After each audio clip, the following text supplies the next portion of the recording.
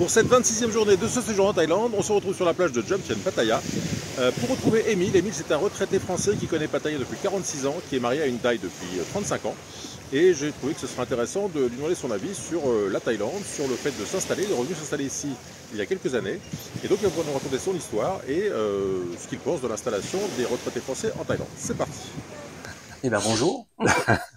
Donc, en fait, j'ai décidé de te rencontrer aujourd'hui pour parler de ton histoire, parce que j'ai trouvé que ton histoire était un peu, contrairement à beaucoup d'histoires qu'on voit de Français qui viennent s'installer en Thaïlande, ton histoire, elle est assez particulière. Parce Oh, que, il y en a pas mal comme moi, je pense quand même. non, mais Enfin, toi, bon. t'es arrivé ici il y a 45 ans. Eh ben écoute, non, la première fois que je suis arrivé en Thaïlande, c'était en 1978. Ah oui, donc 46 ans même. Donc, bon, j'ai 70 ans, alors Ouais. je suis un Et qu'est-ce qui vieille génération, on va qu'est-ce qui dire. t'avait attiré en Thaïlande à l'époque? Mais donc 24 ans, en 78, avec mon copain, on est allé dans une agence à l'époque qui a disparu depuis, et on a demandé au mec s'il avait quelque chose. Et le gars, il nous dit, enfin, nous on lui pose la question, on voudrait aller loin et pas cher. Et le gars, il se retourne, il prend un sticker, il fait, j'ai un Bangkok pour 1000 balles. À l'époque, c'était des francs 1000 français, francs, hein. ouais, 1000 C'est-à-dire francs. 150 euros. Et mais enfin, à l'époque, Ouais, c'était pareil, hein, parce que moi, à l'époque, je gagnais peut-être 900 francs par mois, ouais. tu vois. Donc c'était l'équivalent d'un SMIC, quoi. Et il fallait prendre l'avion à Bruxelles, parce que les charters, c'était interdit en France. Bon, enfin, c'était toute une aventure. Hmm. Et on est parti à Bangkok. Et là, j'ai flashé. Voilà.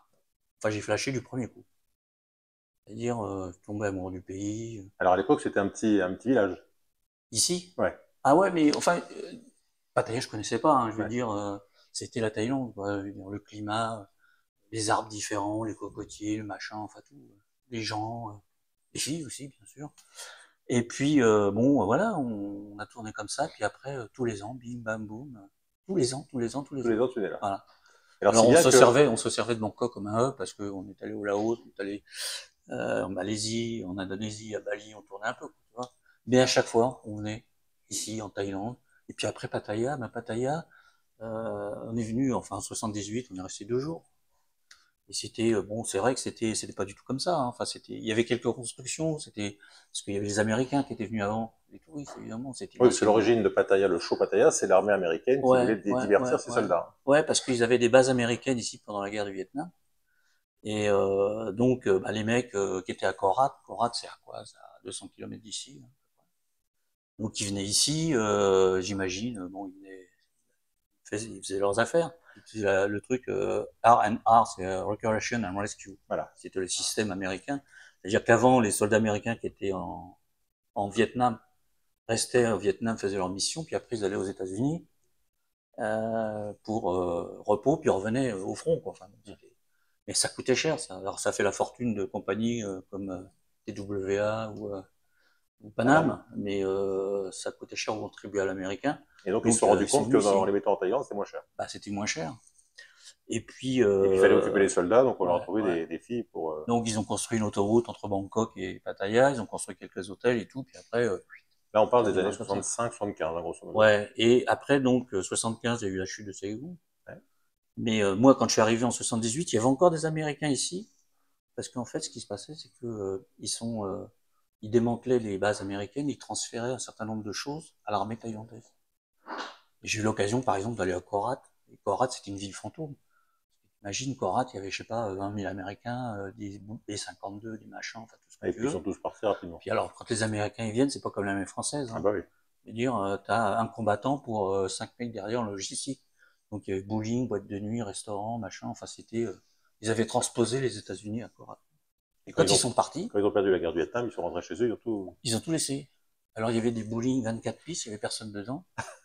Enfin, c'était assez bizarre, hein. C'était un peu, enfin bon, c'était, Voilà. Et puis le village de divertissement de Pattaya est resté finalement. Il y avait des gens, ouais. les Thaïs étaient installés, et puis ils ont transformé ça pour les touristes. Ah ouais, ouais. Après, bon, les touristes européens sont arrivés. Bon, les mecs, ils étaient à Goa, ils sont venus en Thaïlande, enfin tout ça, j'imagine. Et donc, nous, quand on est arrivé ici, alors bon, il n'y avait pas grand-chose, je te dis, il y avait quelques trucs, mais bon, il y avait quelques bars, Walking Street, machin, c'était là-bas au fond, là, des bars qui tournaient. Et puis voilà, puis après, bon, chaque année, j'ai décidé de revenir en Thaïlande. Donc tu es venu plusieurs fois. Donc Ouais, à tous les l'époque, ans. et à l'époque, tu as rencontré ton épouse, donc ton épouse aujourd'hui. J'ai rencontré 10 ans après, moi. À 10 ans après. Donc les 10 Ouais, premières années, tu venais en touriste. ouais, ouais, ouais. Et ce qui t'intéressait à l'époque, c'était quoi? C'est le côté chaud, justement, ou c'était pas, non, pas trop? Non, c'est le pays où on est Ouais, allé partout. Moi, je suis allé partout en Thaïlande, hein, partout. Il n'y a d'accord. pas une région de Thaïlande que je connais pas. Et par rapport à aujourd'hui, c'était plus chaud, moins chaud? Oh, c'était pareil, je C'est pense. pareil. Ouais. Bon, puis de toute façon, une fois qu'on y a goûté une fois, enfin, Ouais. c'est pas mon trip, quoi, je veux dire, hein, mais faut pas enfin, je veux dire, attends, il faut Oui, pas se parce cacher qu'à derrière son l'époque, il y doigt, avait, je il y veux avait dire, beaucoup de gens qui bon, venaient, quoi. le mec qui vient, qui se comporte comme un curé, ça n'existe pas, Hum, quoi. Je veux dire, non, mais faut dire les choses. Mais faut pas non plus, hein, hum. plonger là-dedans. Enfin, il y en a qui le font, Ouais. peut-être, hein. D'ailleurs, ici, il y en a qui le font. Et puis après, ouais, de toute façon, après, bon, je sais pas, ça rentre dans la tête, je veux dire, j'étais devenu de plus en plus accroché, Hum, j'allais dire amoureux, mais accroché de ce pays. hum. Et je disais, je me rappelle, je disais à mon pote, je dis, mais un jour, je ferai ma vie ici. Il dit, mon pote, tu te foutais de ma gueule. Mais non, je te dis, un jour, je ferai ma vie. Et en 88, j'ai rencontré mon épouse à Bangkok, elle travaillait à la poste. Faut rentrer à Alors, la il faut, poste. à la poste de Bangkok, et puis on s'est rencontrés dans une boîte de nuit, Ah, d'accord. et voilà, quoi. Bon, ça s'est fait comme ça, puis après, et ça Donc s'est tu es, fait express. Je l'ai rencontré en novembre 88. Je lui dis, bon, écoute, voilà, j'ai flashé, quoi, hein. Ouais, moi, Thaïlande, je flash toujours. Pour circuler. donc tu rencontres en 88 et tu l'as épousé rapidement. 89, Ah oui. en Bien. France. Donc, on a demandé un visa étudiant. Parce que tu l'as épousé ici ou en Non, non, France? en France. Moi, je voulais Ah, l'épouser. donc quand tu es parti en France, elle n'était pas encore française. Non. Ah oui. Et Et pourquoi pas l'avoir elle est épousée ici devenue alors? française. Elle est devenue française en 99. Ah bon? Ouais. Mais le mariage, Après 10 ans. le mariage, c'est pas autrement, enfin, c'est Et pas. bah, le mariage, non, non, non. Le mariage ne donne pas la citoyenneté française Ah, automatique, hein. je pensais que quand on se mariait, on était, en tout cas, elle pouvait vivre en France. Moi, ce que je voulais pas me marier ici en Thaïlande. Je voulais me marier en France parce que à l'époque, ça a changé maintenant, mais à l'époque, une femme thaïlandaise qui se mariait avec un étranger perdait tous ses droits thaïlandais. Ah, À partir du moment où ils le savaient. Donc, si tu te maries en Thaïlande, forcément ils le savent parce que tu es enregistré en Thaïlande. ah, d'accord, Moi, mon mariage n'est toujours pas enregistré en Thaïlande. d'accord. Faut que je le fasse d'ailleurs. Et c'est toujours le cas, c'est-à-dire qu'il faut toujours mieux se marier en France que. Ben non, mais maintenant je pense que ça a changé. Ouais. Mais à l'époque c'était comme ça. Bon, enfin c'est moi mon idée c'était que si jamais ça marchait pas, elle Qu'elle rentre et garde puis ses voilà, droits. quoi. Voilà, d'accord. Parce que y a une Ouais, donc chance du, sur deux que ça foire, hein. ouais. Donc du coup, il fallait la faire venir en France pour pouvoir l'épouser en France. Ouais, c'est ce que j'ai Après, fait. Donc elle est venue avec un visa étudiant. Donc, inscription à l'Alliance française, de Rennes à Paris, 2 ans, et puis elle a pris des cours, etc. Mais au début, c'était ça, enfin, c'était mon projet, ça. Je voulais pas me marier ici, de toute façon. d'accord. Donc tu l'as épousé en 89. Ouais, Vous avez eu 2 enfants. on a que 2 enfants, Donc mère et 2 enfants, tu as vécu en France de 89 jusqu'à 2021, c'est ça? jusqu'à 2022, enfin, Donc depuis 3 ans, vous avez décidé tous les deux, maintenant les enfants sont grands, de revenir vivre à Pattaya. voilà. Alors pourquoi tu as décidé de revenir vivre ici? Tu vas dire le climat, les Alors, enfants. Pattaya, on est revenu bah, ensuite plusieurs fois, notamment avec les enfants, parce qu'il faut savoir, c'est que, évidemment, quand mon épouse est arrivée en France, c'était compliqué pour elle, hein. Je sais pas si tu en parlais plus tard, mais enfin, je veux dire, c'est pas évident, hein. Ah ouais, Changement, enfin, c'est l'inverse de nous, si tu veux, c'est le oui. changement culturel, le changement de climat. Elle est arrivée au mois de janvier, pas évident. En région parisienne? En région parisienne, où ici, tout le monde est dehors, tu vois. Ouais. Là-bas, au mois de janvier, Tout le monde est dehors. j'habitais dans un village de l'Essonne. Ouais. C'est mortifère, il n'y a rien. Il faisait froid, de la pluie, tout ça. Donc, puis moi je travaillais, donc la journée elle était seule, Ah sauf oui. quand elle allait à l'Alliance française. Alors, je te raconte pas les angoisses, parce qu'à l'époque on n'avait pas les smartphones comme maintenant, là, hein. Ouais. En 89, elle allait toute seule à Paris, prenait le Elle train, était un et, peu paumée. bah, elle s'est paumée plusieurs fois, hein. Ouais. Ah, je peux te dire qu'à 9h du soir, quand tu vois pas ton épouse rentrer, on commence Ouais. à flipper. Ah bon, c'est une aventure. Enfin voilà, vous avez fait vos 40 ans quasiment en Ouais, France. ouais. Et qu'est-ce qui vous a décidé à revenir alors? Bah, les enfants, moi de toute façon j'avais décidé de revenir ici. Je lui avais dit, moi quand je serai en retraite, de toute façon une fois que les enfants sont sortis d'auberge, on revient ici. Elle était d'accord, évidemment. Elle était d'accord évidemment, et c'est ce qu'on a fait. Alors pourquoi Pattaya? Parce que Pattaya on était revenu plusieurs fois avec les enfants d'ailleurs aussi, ce qui n'a jamais posé de problème. Et parce que Pattaya pour moi c'est, enfin, pour moi, hein, je parle de moi, Hmm. c'est l'endroit pour moi idéal pour rester, pour y vivre.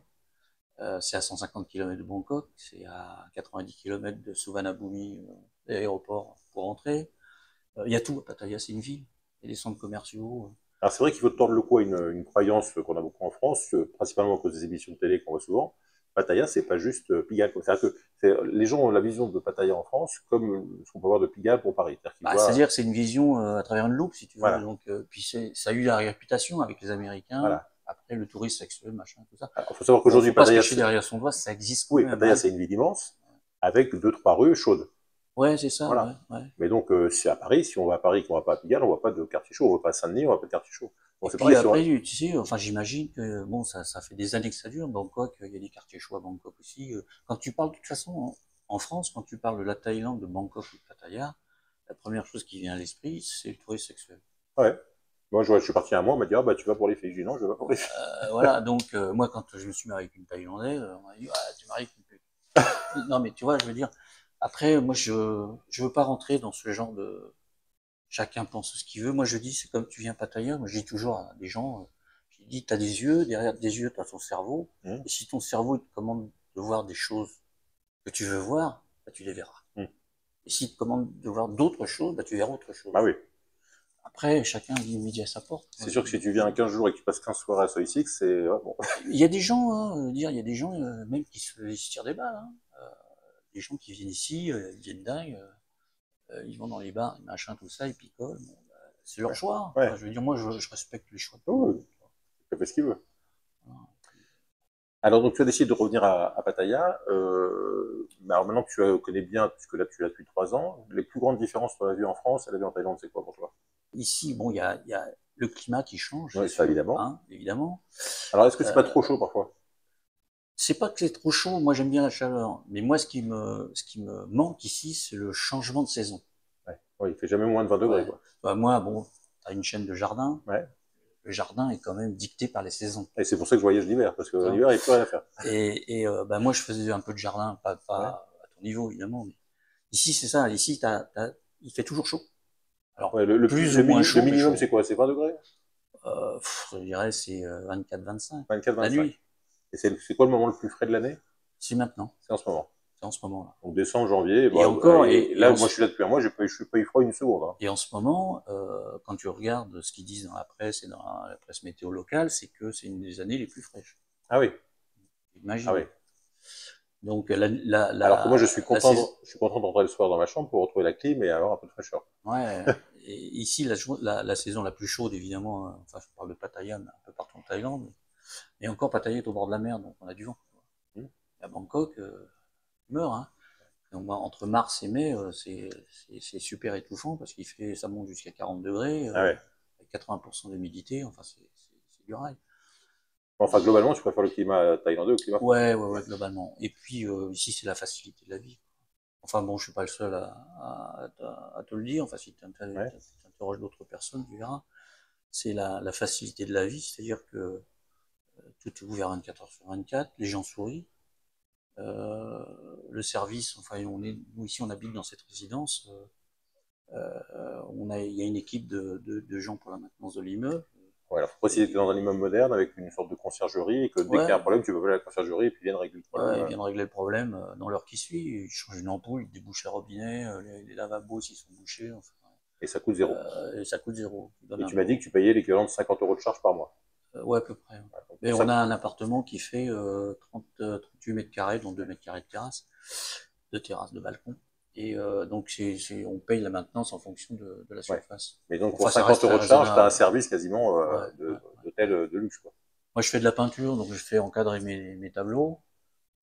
Pour les accrocher, il faut faire des trous, j'ai pas d'outils. Donc, j'appelle le mec, il vient, on mesure le truc. Ouais, donc, tu es tranquille, t'as aucun... On a refait les peintures de l'appartement quand on était en France l'année dernière, ça nous a coûté 10 000 bahts. Quoi. Donc, 10 000 bahts, c'est-à-dire 280 €? Ouais. Pour 2 pièces, le gars il est resté 3 jours et demi, 4 jours.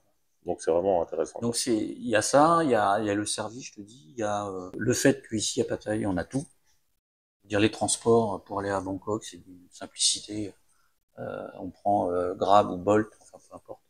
On prend un taxi avec chauffeur. Moi je conduis pas ici. Je veux pas conduire ici, on conduit à gauche où on peut. Ouais, et puis j'ai pas envie d'avoir d'embêtement parce que de toute façon, on est étranger. Moi je suis étranger. Ouais. Même marié avec une Thaï depuis 30 ans ou 40 ans, je veux dire, on est étranger. Donc si tu as un accident ici, même si tu es bien assuré, même si t'es pas en tort, t'es farant, t'es en tort. Enfin, aussi un peu le trait, mais pas loin. Donc je préfère pas conduire, donc on prend une bagnole, on va à Bangkok, on va une fois par mois à Bangkok ou ailleurs. Et, une bagnole, ça coûte 1200 Avec balles chauffeur. Hein. avec chauffeur pour aller à Bangkok, il te dépose, machin. Et puis quand tu veux rentrer, t'appelles un 1200, ça veut dire une trentaine d'euros. Ouais, pour faire 150 bornes. Voilà. Donc, Dire, moi j'ai fait une fois Roissy vers le Petit dans l'Essonne où j'habite en taxi. Je fais ça. Je veux dire que c'est pas pareil. Donc les principales différences, le climat, la qualité de la vie, la qualité de et puis la vie. le coût de la vie aussi. Le coût de la vie, bien sûr, le coût de la vie. C'est Ça n'a rien à voir, le coût de la vie, mais ça, tous les expats ou les immigrés ici. Alors, il y a l'éternel budget minimum. Alors, il y en a qui disent avec 500 euros on vit. Bon, ça non, dépend. je pense qu'il faut, enfin, on peut, rien n'est impossible. Oui, si on mange des nouilles tous les jours, il y en a qui l'ont fait, hein. Attention, hein. Je pense, encore une fois, moi, je respecte ceux qui essayent de le faire. Mais, je veux dire, la majeure partie des gens qui viennent en Thaïlande, qui vivent en Thaïlande, vivre avec 500 euros en Thaïlande, ça veut dire, il faut que tu ailles dans la campagne profonde, que tu vives comme les Thaïs. C'est possible. Je crois que le salaire minimum, j'ai regardé, le salaire minimum en Thaïlande, c'est les 300 euros. Donc, il y a des gens qui gagnent 300 euros. Oui, mais ils vivent dans des conditions, des conditions qui sont très rudes. Attention, encore une fois, la pauvreté, pauvreté veut pas dire saleté, hein. Mais ils vivent dans des conditions difficiles. C'est-à-dire, tu peux manger pour 25 euros, hein, mais ça veut dire que tous les jours tu manges comme eux. Tous les jours tu vis comme eux, t'as pas la clim, t'as pas la télé, t'as pas, enfin. C'est très basique, quoi. Très basique. Alors toi qui as disons un couple de, on va dire, même si ta femme est thaï, vous avez des habitudes européennes, occidentales, tu estimes que pour vivre à l'européenne, on va dire ici, il faut compter quel budget? Je dirais 12 sans le loyer, hein, puisqu'on est propriétaire d'ici de notre appart, avec 1500, 1600 euros par mois, on vit très bien. Pour un couple. Avec tout, avec les frais de santé, avec tout. Avec, on se prive de rien. On va au resto pratiquement tous les jours. Alors resto, attention, resto, ça veut dire resto, on mange thaï. Hein. Pour ceux qui sont les inconditionnels du bœuf bourguignon, de la blanquette de veau, ça existe. Ça coûte aussi cher qu'en France. Il y a un super resto ici à Pattaya qui s'appelle l'Auberge, où ils font une cuisine remarquable. Hein. Mais au prix français. Mais au prix français. Voilà. Mais au prix d'un resto français. C'est-à-dire... pour 15-20 euros, quoi. Ouais, voilà. Tu peux manger très correct. Ils font des raclettes tous les dimanches matins. Mais si on a 20 euros à deux, 40 euros par repas, et qu'on fait ça 20 fois dans le mois, ça fait déjà de 800 euros. Donc, on peut pas faire ça. On peut pas manger à la française tous les jours. Donc, il faut manger thaï, il faut... Bon, puis après, de temps en temps, n'empêche pas d'aller au resto italien, d'aller se taper une viande quelque part, ou tu vois, un truc... Il faut aussi de temps en temps... Là, il y a un resto en bas, là, enfin un peu plus loin, qui s'appelle Hop, c'est Jean Choucroute, Jean Bonneau, machin, un truc que j'aime bien, c'est un truc un peu alsacien, bon, ou allemand plutôt, mais bon, ça va, on a ce qu'il faut, il y a tout. Donc, et pour 1600 euros, on se prive pas, on va à Bangkok, enfin, voilà. Donc pour récapituler, le climat, le coût de la vie, la facilité de la vie. Et voilà, on est à peu près... On a des 7-Eleven en bas de la tour, ouvert 24 heures sur 24. Je veux dire, c'est vrai que c'est pratique. C'est vachement pratique. Il y a des petits restos partout dans la rue, du street food. Enfin bon, ça manque pas. Bon, les Thaïlandais, ils mangent comme des canards. C'est comment les canards? Ça mange 4 fois par jour. Ah oui, ils aiment bien manger, oui. Ouais, je veux dire, ça c'est un truc que j'ai appris. D'ailleurs, même dans le langage thaï, il paraît, enfin, une des façons de dire comment ça va, c'est est-ce que tu as mangé? Ah de toute façon, moi je parle pas thaï. Alors bon, pas encore. On peut me le reprocher, je commence, mais je suis là. Je parle pas thaï, mais je capte quand même. Mais on va chez le coiffeur avec mon épouse, par bouffe, hein. Je les entends. Moi, je suis en train de me faire raser, machin, tout ça. Enfin, se coiffer, ils sont en train de parler ensemble, parlent de bouffe. On dit toujours, en blaguant, l'horloge thaïlandaise, c'est à moins le quart. Qu'est-ce qu'on va manger? À moins 10, on mange. À midi, qu'est-ce qu'on va manger? Donc, mais il y en a partout. Et puis, c'est pas cher. Et puis c'est bon. Et puis, c'est bon. Et puis, il y a des fruits. Enfin, bon, c'est la collection de fruits qui peuvent étaler. Ici, c'est extraordinaire. Bon, le durian, c'est particulier. Mais, alors, tu disais que pour ton appartement, tu avais acheté ton appartement. Alors, imaginons quelqu'un, comme un couple comme vous, la soixantaine, à la retraite, qui doit s'acheter un bien aujourd'hui à Pattaya, dans un immeuble sympa, pour 40-50 mètres carrés, quel est le budget à prévoir? Si on va être dans un coin central comme ça, parce que là, tu veux Pattaya central, tu es en plein centre de la ville. Alors Pattaya centrale, après soit c'est sur le beachfront, c'est plus cher, soit tu es au milieu, c'est un peu moins cher, soit tu es carrément dans le derrière de la ville, on va dire. Ouais. Quand je dis derrière de la ville, ça veut dire que tu es à une demi-heure à pied de la mer. Mais bon, une demi-heure à pied ici, faut se les faire. Ouais. Alors, disons que si on veut être à 10-15 minutes maximum de la mer et qu'on veut s'acheter un petit appart de 40-50 mètres carrés, toi, de ce que tu connais du marché aujourd'hui, c'est quoi le budget? Oh, je dirais, ça démarre dans les 5 millions, 4 millions, 5 millions, c'est-à-dire 150 000 euros. C'est aujourd'hui c'est 30, 35 et 36 à peu près. Enfin le bat ouais, 35, 35, 20. Le bat est fort. Ouais. Il y a des années, je me rappelle, on changeait à 48, 50. Ah oui, sur les 5 dernières années, j'ai regardé, il y a une variation de 18%, ouais. un peu plus bas. Donc faut. D'où, par exemple, quand on parlait de budget de retraités, les gens qui viennent ici, il faut qu'ils en tiennent compte, parce que quelqu'un qui vient avec une petite retraite ici, qui vit qui touche une retraite de 1600 euros, quand le BAT prend 10%. Eh oui. Oui, par exemple, en ce moment, avec le BAT à 35 bahts pour 1 euro, c'est pas le moment d'investir parce que ça coûte cher. Non, c'est, voilà, tout à fait. Donc, il vaut mieux attendre d'avoir un Sauf BAT. avoir un super. Comme par exemple, j'ai vu hier, tu avais fait une très chouette vidéo là sur les 2 maisons que tu as vues. Bon, ça, c'est les prix qui t'annoncent, mais il faut négocier. Hein. Bien sûr, ouais. Bon, alors je sais pas quelle est la marge, mais peut-être 10%. Ouais. Parce que tu sais, l'offre immobilière ici, elle est pléthorique. Hein. Quand tu vois le nombre d'immeubles qu'il y a, de condos, ici dans la résidence, il y a 990 appartements. Alors j'ai vu une vidéo d'un autre youtubeur cette semaine qui disait qu'il avait acheté à Jomtien 46 mètres carrés pour 2,8 millions. Alors ça me paraissait pas cher du tout, ça fait. Ouais, ça m'étonne pas. Moi, je te parle d'ici Pattaya. Hein. Ah oui, Jomtien c'est moins cher. Ouais. D'accord. Jomtien c'est moins cher. Mais pourtant il y a la plage aussi, et c'est aussi sympa, non? Ah oui, mais enfin bon, après, je sais pas, tu sais, c'est le marché. Hein. Ouais. Marché comme ça. Je veux dire ici, c'est pas pour ça que ça se vend comme du petit pain, hein, mais ici, mètre carré, enfin ça doit être, je sais pas, dans les 70 000 bahts, un truc comme ça. Et donc si tu as des amis ou des gens que tu connais qui te disent qu'ils viendraient bien s'installer ici, qu'est-ce que tu leur donnerais comme conseil? Parce que moi je dis toujours, faut prendre le temps, faut venir, faut louer. Ouais, mais tu as raison. D'abord, moi je dirais, est-ce que la personne vient seule ou pas? Ah oui. Ça change tout, hein. Ah oui. Parce que les retraités, le mec qui est seul, il se retrouve parachuté ici. C'est pas le même pays, c'est pas la même culture. Oui, moi j'ai été étonné de voir dans les restos beaucoup d'hommes de la soixantaine seuls. Oui, mais il y a beaucoup les Anglais, il y a énormément d'Anglais, il n'y a pas beaucoup de Français ici. Enfin, il y a une communauté française, mais je fréquente pas. Mais il y a pas mal d'anglo-saxons. Mais parce que la personne qui vient seule ici, elle se retrouve. Alors déjà, il faut communiquer. Donc le français, les langues étrangères, ça commence à venir, mais il n'y a pas beaucoup de gens qui parlent anglais couramment. Ouais.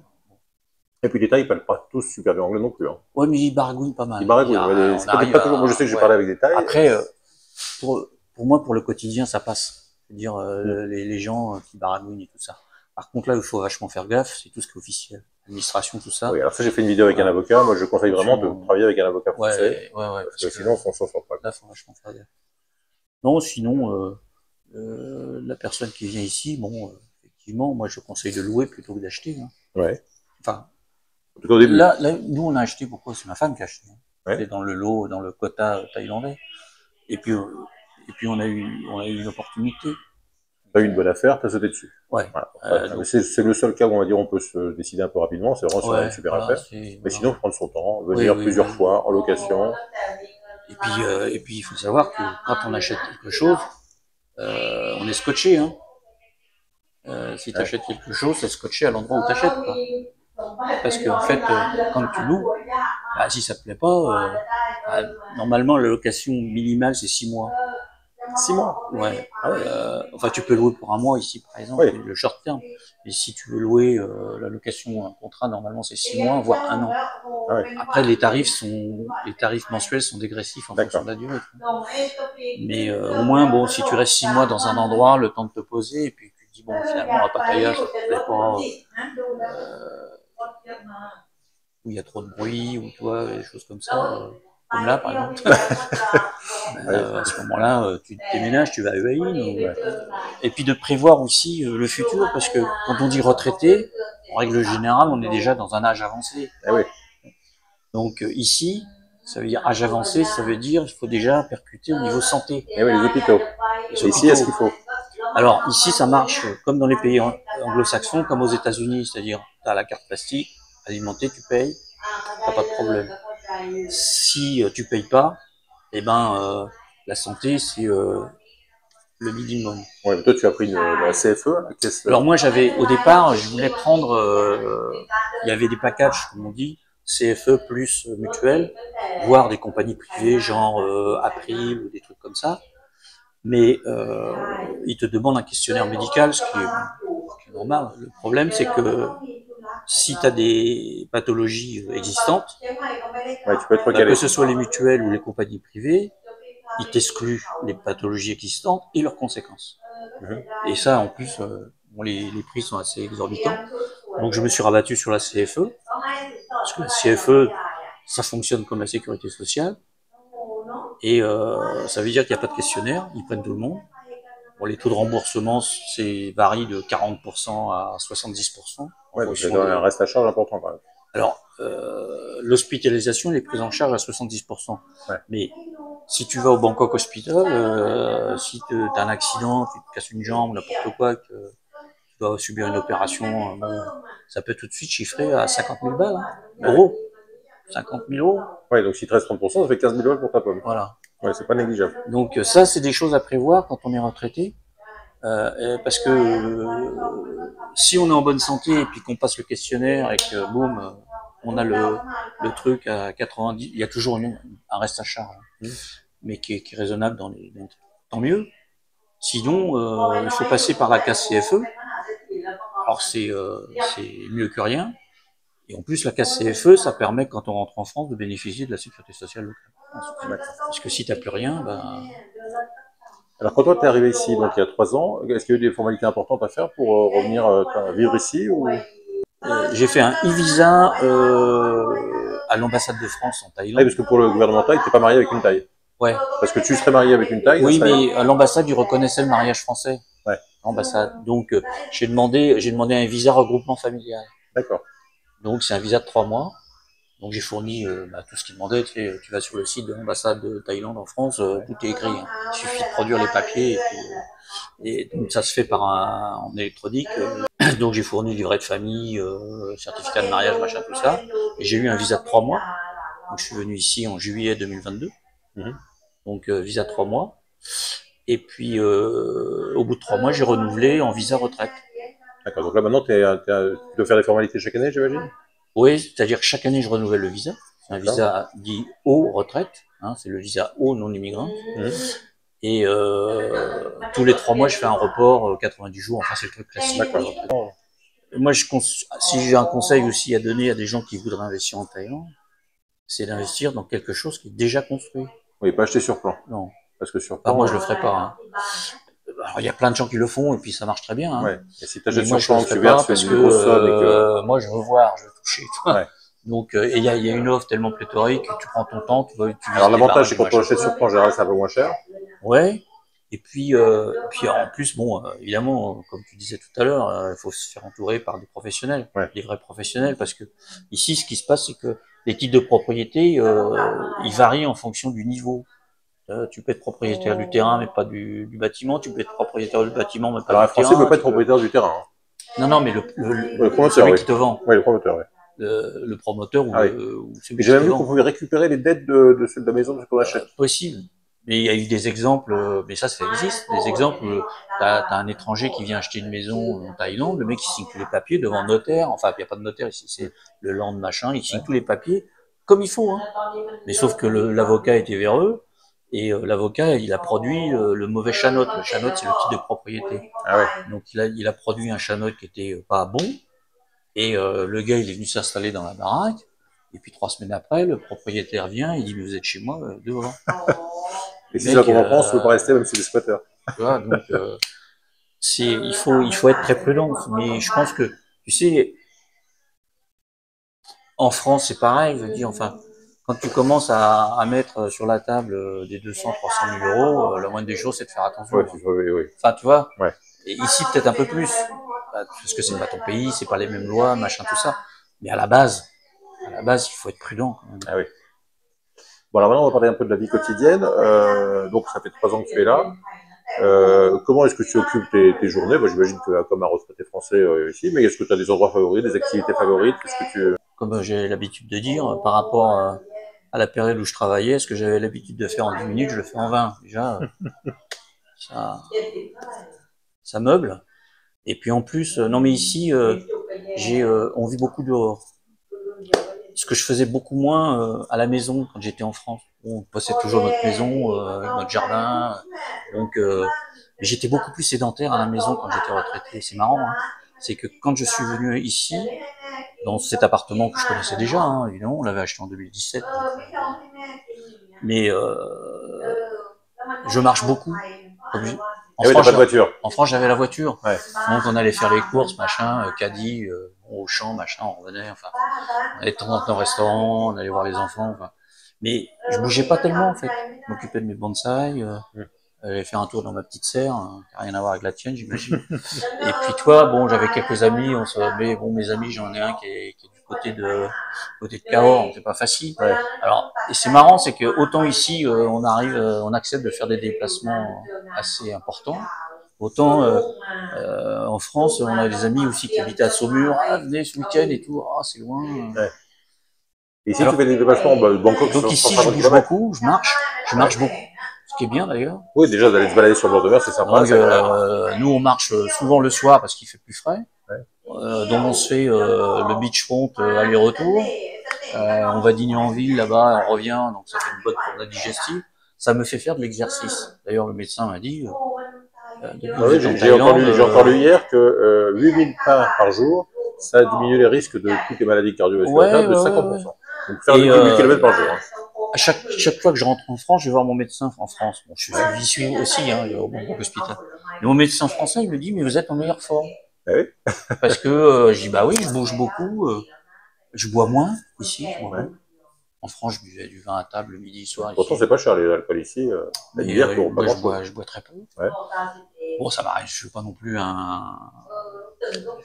je bois de temps en temps, hein, mais 1 ou 2 fois par semaine, alors qu'en France, c'est le fait de manger thaï m'oblige pas, me pousse pas à boire du vin. Et oui. En France, on mangeait français, machin, tout ça, un petit coup de fromage. Bon. Ici, donc, je bouge beaucoup.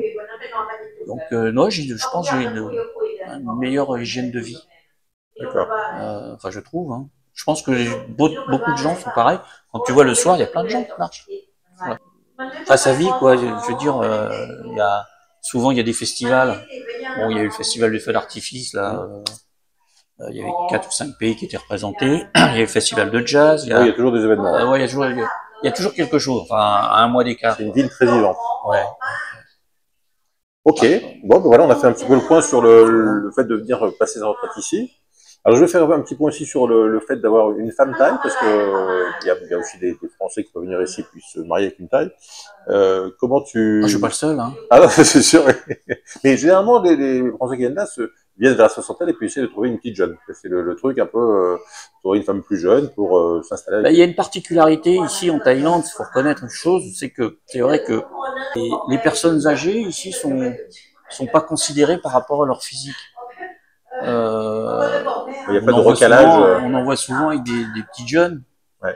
Alors bon. Des fois, il y a un très gros écart. Hein. Des fois, il y a des gros écarts. Ouais. Hein. Ouais. 60, un homme de 60 avec une femme de 40 ans, c'est assez banal.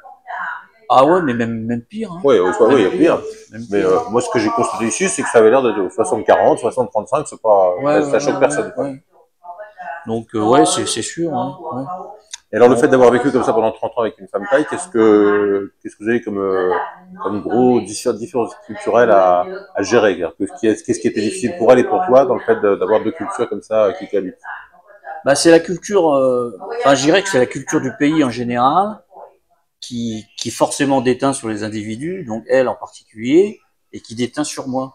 C'est que ici, la religion dominante, c'est le bouddhisme, avec sa propre philosophie, que j'aime bien, une philosophie vachement tolérante, mais c'est pas une philosophie qui est pénalisante. Enfin, pour moi, hein, c'est une philosophie qui me paraît tolérante et mais qui n'est pas pénalisante, c'est-à-dire on ne doit pas forcément souffrir pour mériter le paradis. Ouais. Tu vois, par rapport à... Moi, je suis chrétien, je suis baptisé, je crois en Dieu. Mais le bouddhisme me déplaît pas du tout, tu vois. Le bouddhisme me déplaît pas du tout. Et alors ça, c'est le premier point. Le deuxième point, c'est une certaine forme de respect dans la famille. Ah oui. Tu vois, c'est très très important. Et ça a forgé l'éducation de mes enfants. Et moi, mon père était militaire, donc je comprends un petit peu cette forme de respect, d'autorité aussi, tu vois. C'est-à-dire que les familles, bon, je suis allé bien souvent dans le village où vivaient mes beaux-parents, qui ont disparu maintenant, mais mes beaux-parents taille, hein, et donc plusieurs fois, quand on allait au village, je voyais comment était réglée la vie de la famille. Tout le monde est ensemble, je veux dire, il y a les petites générations, les jeunes générations, les parents, les grands-parents. Et puis les anciens, c'est pas négligeable, c'est important. Hein. C'est-à-dire que ça évite d'avoir 300 000 morts quand il fait bien chaud en été en France, qui sont tout seuls dans leur coin en train de crever, tu vois ce que je veux dire. Parce que moi, quand j'entendais, il fait 40 degrés en France, il y a 200 000 morts ou 300 000 morts qui sont des personnes âgées, je dis putain, en Thaïlande, comment ils font quoi. Ouais. Bon, ils ont plus d'habitude. Oui, non mais ils sont pas seuls quoi. Ouais. Donc ça, moi je l'ai appris quand mon épouse est arrivée en France, j'avais encore ma maman. Et je voyais tout de suite le rapport qu'avait mon épouse avec ma maman, ils se comprenaient pas évidemment, c'était un rapport de soumission, d'aide. Bon, voilà. Ça, je crois que ça existait dans l'ancien temps chez nous en France, dans les campagnes, c'est dans les fermes, ça existait, puis ça a commencé à disparu. Voilà. Donc ça, j'ai appris ça. J'ai appris à être zen, à prendre du recul, parce que les Asiatiques sont très pragmatiques par rapport à nous. C'est pour ça qu'ils s'entendent très bien d'ailleurs avec les Anglo-Saxons. Donc ils sont très pragmatiques, ils prennent du recul, ils savent prendre les choses. Et cette notion du respect. Tu sais, nous, on est très cartésiens, on veut tout expliquer, on est. Eux, c'est pour ça que des fois, j'ai un espèce de break des fois avec ma femme sur des sujets où on arrive au même résultat, mais pas par les mêmes moyens. Et des fois, ça me crispe, quoi. Parce que moi, j'aime bien. D'ailleurs, j'ai appris depuis à plus interférer, quoi. Dire dans les trucs communs de la maison, les machins, je la laisse faire. Tu sais, pour les peintures, les machins comme ça, mais je plus derrière. Oui, ça c'est ce que font tous les hommes en général. Ils gèrent pas ça parce que sinon ça fait problème. Elle gère tout. Parce que au début, je mettais mon nez là-dedans, ça foutait plus le bazar qu'autre chose. Quoi. Parce que je dis mais attends, je voudrais faire ci comme ça, machin comme ça. Puis je dis après une péto, je me dis attends, mais t'es en Thaïlande, ce sont des Thaïlandais, laisse-les se démerder, et ça va très bien. Donc j'ai pris beaucoup de recul, ça m'a fait du bien. Je m'énerve beaucoup moins. Ah donc il y a quand même eu des moments conflictuels. Non, pas vraiment conflictuels, heureusement. Enfin, si, de temps en temps, c'est sûr que ça claque un peu, mais pas vraiment. Enfin, je veux dire, ça a été très bien. Bon, mais tu sais, après il y a le mythe de la femme thaïlandaise douce, souriante, qui te prodigue des massages, machin et tout ça. À mon avis, il faut, ça peut exister, hein. Ça peut, moi, je dis pas que je l'ai pas eu au début. Il y a longtemps.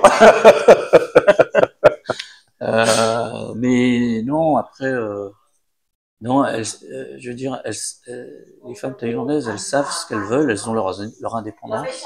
Enfin, moi, la mienne, elle a la sienne, dans le sens où, je veux dire, par exemple, quand au début, quand on était mariés, on n'avait pas les enfants, elle venait en Thaïlande, des fois, elle venait 1 mois et demi en Thaïlande.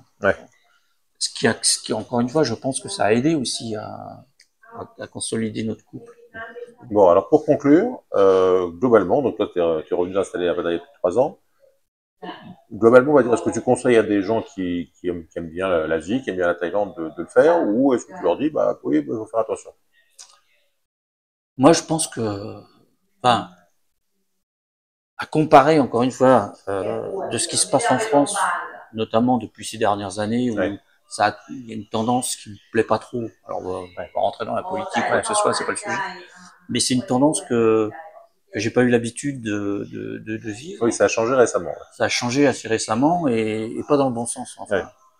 Et alors ça n'a rien à voir avec l'immigration, tout ça, mais tu vois, la pensée woke, tout ça, ces machins-là, c'est pas trop mon style.